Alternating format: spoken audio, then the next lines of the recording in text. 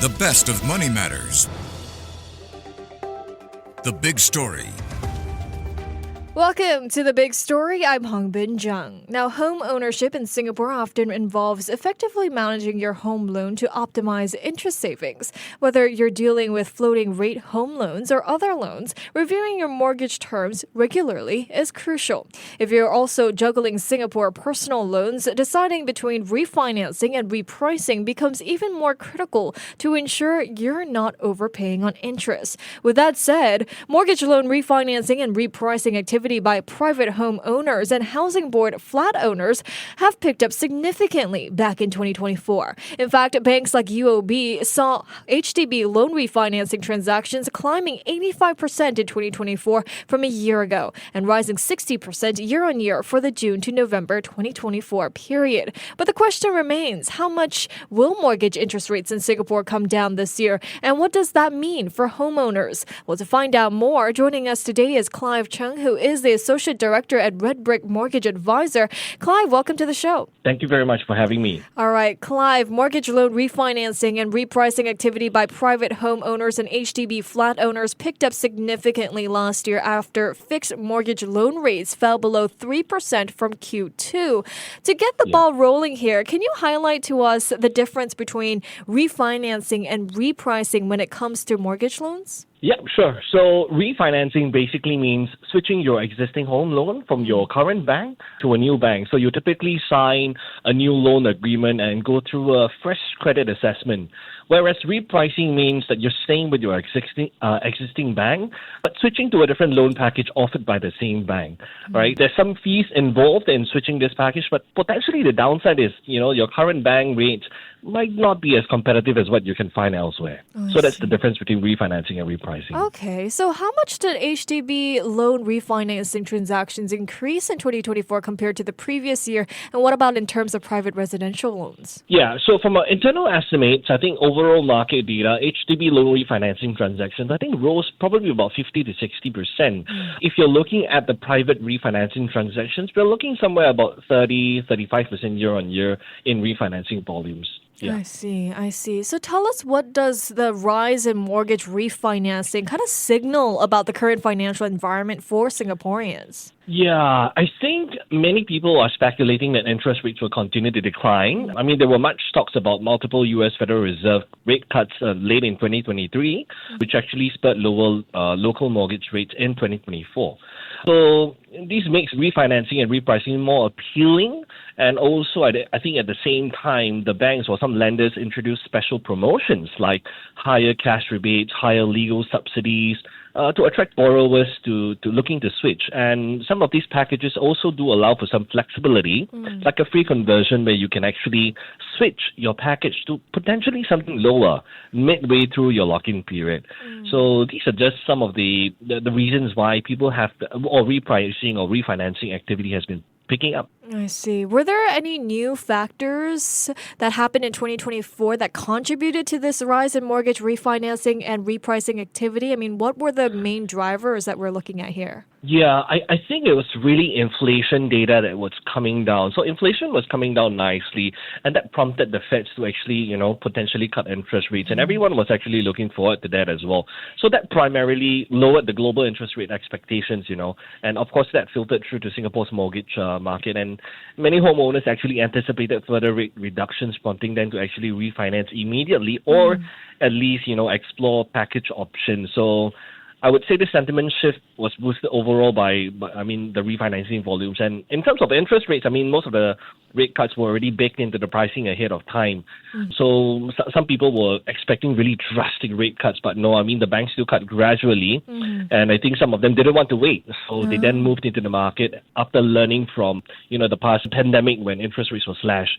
So I think instead of waiting, everyone just jumped into the bandwagon to just refinance and save money on, instead of paying high interest rates. I see. So how much influence did the U.S. Fed's rate cuts from September last year have on the decision-making process for homeowners considering refinancing or repricing their loans? Perhaps you could give us a little comparison here from what were the trends that you witnessed when the U.S. Fed were actually increasing interest rate hikes? Yeah, I think it did shake the market quite a fair bit. When there were stocks of U.S. Federal Reserve starting to cut interest rates, we got quite a bit of an inquiries coming into the market just to check, hey, interest rates come down, ever since the announcement was made. So I think we saw a rise in inquiries ever since, I think, October or the last quarter of 2024. So generally, Singapore market actually takes cues from the U.S. Federal Reserve. So locally as well, the banks would always look and monitor data that's coming out from the U.S., whether it's inflation data, whether it's unemployment data, before making its decision on whether to cut rates. So I think that actually had quite a big influence in terms of the local mortgage rate itself. Right. Well, local banks here say many of its customers have been, inquiring about 1 year to 3 year fixed rate home loan packages, which range from 2.6% to 2.9% per annum, with a notable increase in refinancing and loan repricing applications between September and November 2024. So what's driving the increase in customers' interest in 1 to 3 year fixed rate home loan packages rather than seeking longer term packages? What benefits does shorter fixed rate packages offer amidst rate cuts? Yeah. So actually, the longest fixed interest rate term is going to be 5 years. So it's a 5-year fix, but primarily that only applied to HDBs instead of private properties. So the longest fixed term you could get for a private property was going to be about 3 years. So I think anywhere between 2 to 3 years is actually considered normal, right? But we tend to see more people going in for 3-year fixed interest rates options because while they do agree that interest rates would come down, they think that the pace of interest rates cuts will be quite gradual. So instead of speculating, they would rather lock in the current interest rates and just go for the longest possible tenure as possible. So, I see. Well, Clive, you also saw a steady increase in HDB flat owners refinancing their mortgages from June 2024 after some banks offered 5-year fixed rate packages at 2.5%, which is below the HDB concessionary interest rate of 2.6%.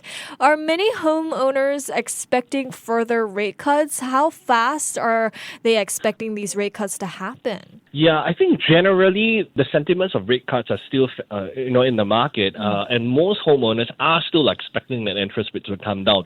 Of course, we have to measure that because, now that Trump is the president in the U.S., and many people are saying that his policies are quite inflationary. However, the U.S. Feds would have still stated that they would still make certain rate cuts, probably 2 or 3 coming in 2025. So if it's anything, I think interest rates would probably be lower at the end of the last quarter as compared to today. So homeowners are still making that initiative, even HDB owners, to refinance into, even if it's just 0.1% lower than the HDB home loan, they would still go for it in anticipation that in future there might be potentially more rate cuts which would drive interest rates down.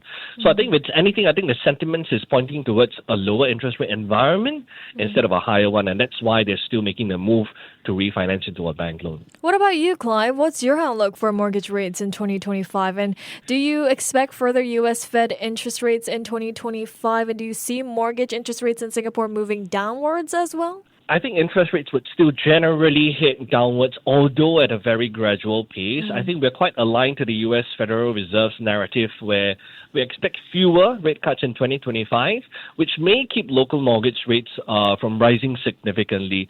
But while we may not see a dramatic plunge in rates, but they could trend marginally lower if global economic conditions softens. And if the U.S. Federal Reserve really enacts more cuts than currently forecasted, then of course we're going to see that as well. But if rates remain near current levels or if they dip slightly, then, refinancing and repricing activity should still continue, but at a more moderate pace as compared to 2024. Because let's not forget, we still have quite a number of homeowners that are sitting on a mortgage rate between 3.5 to 3.75%. Right. So once they're out of the lock-in period, the rates probably would go up to about 4%. So these people would still need to look for refinancing options out there. I see. Well, with that said, Clive, how can homeowners navigate or capitalize on the cooling interest rate environment? Should they start refinancing now or hope mortgage rates drop even further in 2025? Good question. I think we have to look at a few things. So number one, we probably want to assess your current interest rate. If you're locked into a higher rate, anything above 3%, or so at this point of time, you can definitely explore refinancing, and that would definitely yield immediate monthly savings. I think another thing to consider is like future uncertainties as well. So while interest rates may dip further, timing the market can be quite tricky. So if you might be missing out on the current savings, for a speculative future an interest rate drop. So that might not be worth it.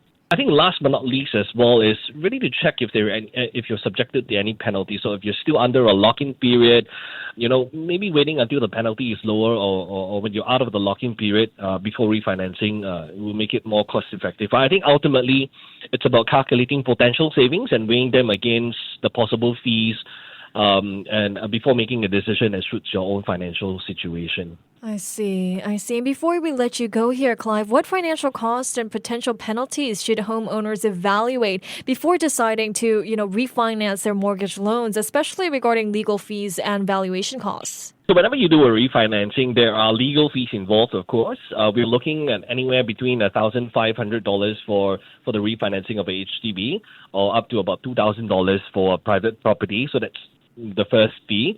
Second fee is like the valuation fee, as you've pointed out. So for HDBs, we typically look about $200-300 in terms of valuation fees, and for private property, it's anything above $500, depending on the quantum of the property itself. Some penalties to take note of is if you're currently still within the lock-in period, and if you do any form of refinancing to another bank, you will be charged a penalty of 1.5% on the outstanding loan amount as well. So that is a penalty that you definitely would be have to take note of. And one other penalty, common penalty in the market is what we call a clawback period. So when you refinance, it's very typical that lenders often offer you certain sort of subsidies, or legal subsidies or valuation subsidies or cash rebate, which can reduce out-of-pocket costs for refinancing. But all of these rebates come with a 3-year clawback period, meaning to say, if you refinance out of the bank within a period of 3 years, whatever kind of cash rebate that you've taken at the start has to be returned back to the bank in full. Those are some financial costs, that you have to take note of before refinancing. I see. Well, thank you so much, Clive, for your time and your insights today. You're most welcome. Thank you for having me. Thank you. We've been speaking with Clive Chng, who is the Associate Director of Redbrick Mortgage Advisor. This has been The Big Story with me, Hongbin Jeong. To listen to more great interviews, download our podcasts at audio.sg or download the audio app. That's AWEDIO, audio at the App Store and Google Play.